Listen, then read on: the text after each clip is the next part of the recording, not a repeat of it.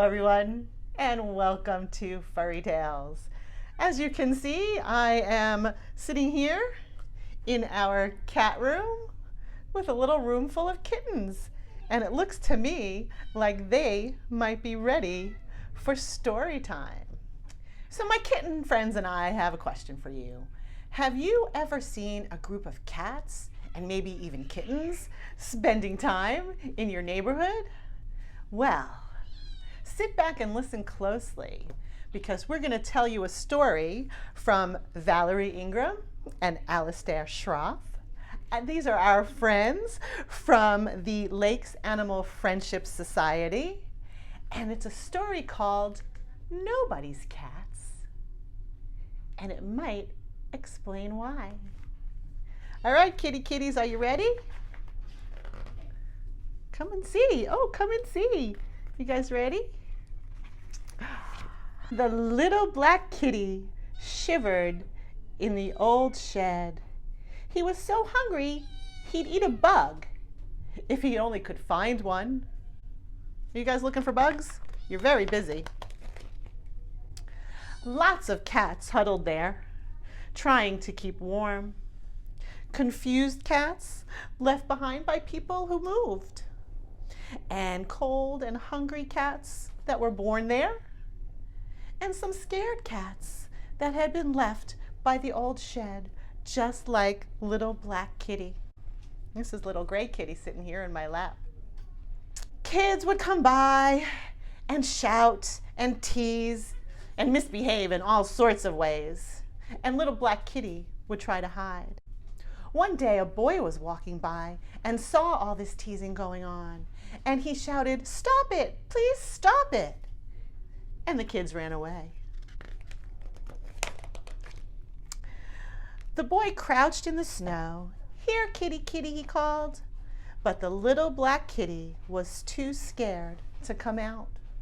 The boy asked the neighbors about the cats. "They're nobody's cats," one neighbor said. "Forget about them.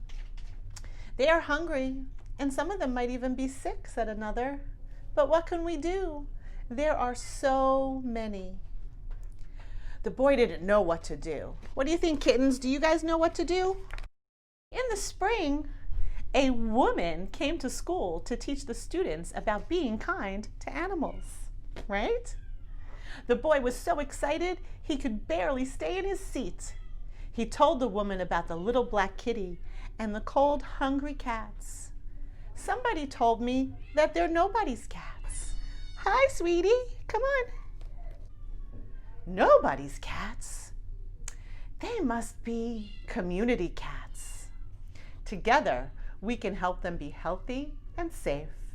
It's a lot of work, but I can show you how. Check with your parents and then meet me there tomorrow. You like this story, huh, kitties? The next morning, they met at the old shed. "Before you know it, winter will be here again," the woman said. "Cats aren't wild animals. They need us. We're so glad you're here. You're a superhero to these cats." The boy liked being called a superhero, but he worried about the little black kitty who was nowhere in sight. The boy learned how to use special cages to catch the cats without hurting them. He put yummy, but very smelly, sardines in each one. When they were done, the boy went home with hope in his heart. Later, when the boy came back to help check the cages, he got a big surprise. There was little black kitty, a little skinnier than before. "Let's get this little guy and the others to the vet clinic," said the woman. "Good idea. I'm going to help these cats be healthier and happier," said the veterinarian.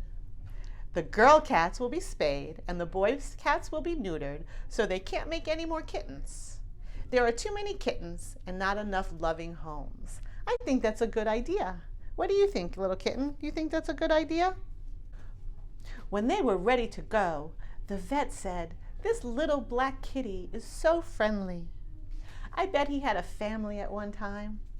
I'd love to find just the right indoor home for him. The boy jumped to his feet. He can be part of my family, he said.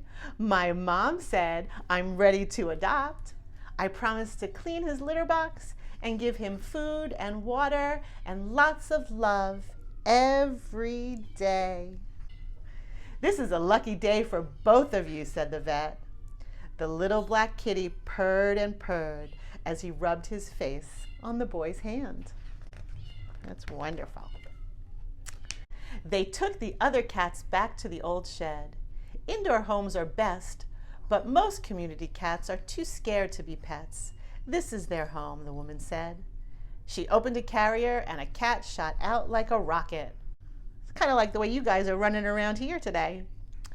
The vet snipped the tip of each cat's left ear. Now we can see which cat still needs to be caught, she explained.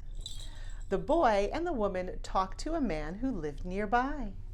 The man didn't have much money, but he did have a very big heart. He helped patch holes in the old shed and put down warm straw for the cats. He promised to bring them food and fresh water every day. He would also watch for cats that needed to see the vet. You off to see the vet? Where are you going, little kitty? At last, the community cats were safe and warm. They had food, water, and a kind-hearted person to take care of them. They might be too scared for the boy to pet or pick up, but he could still be their friend from afar. Now the boy and the little black kitty show everyone how to be superheroes. The neighbors give food and money for vet care, and they volunteer to help the cats at the old shed. No one calls them nobody's cats. They're our community cats. How interesting. I never knew about community cats until I moved here and found a group lived right behind my place. And just like the boy in the story, I am a friend to them from afar. And speaking of friends, my friend and co-worker Paul is here today, and he knows all about the Community Cats program. So here in our town and our county, we have about 200,000 free-roaming cats that need to be looked after and taken care of. Up until this point, we've taken care of about 40,000 of those cats that are now back out living outside, and they belong to all of us. So if you come across free-roaming cats in your community, the best thing to do is not try and touch them, because we don't know if they're friendly. Remember, cats have nails and teeth that they can scratch and bite.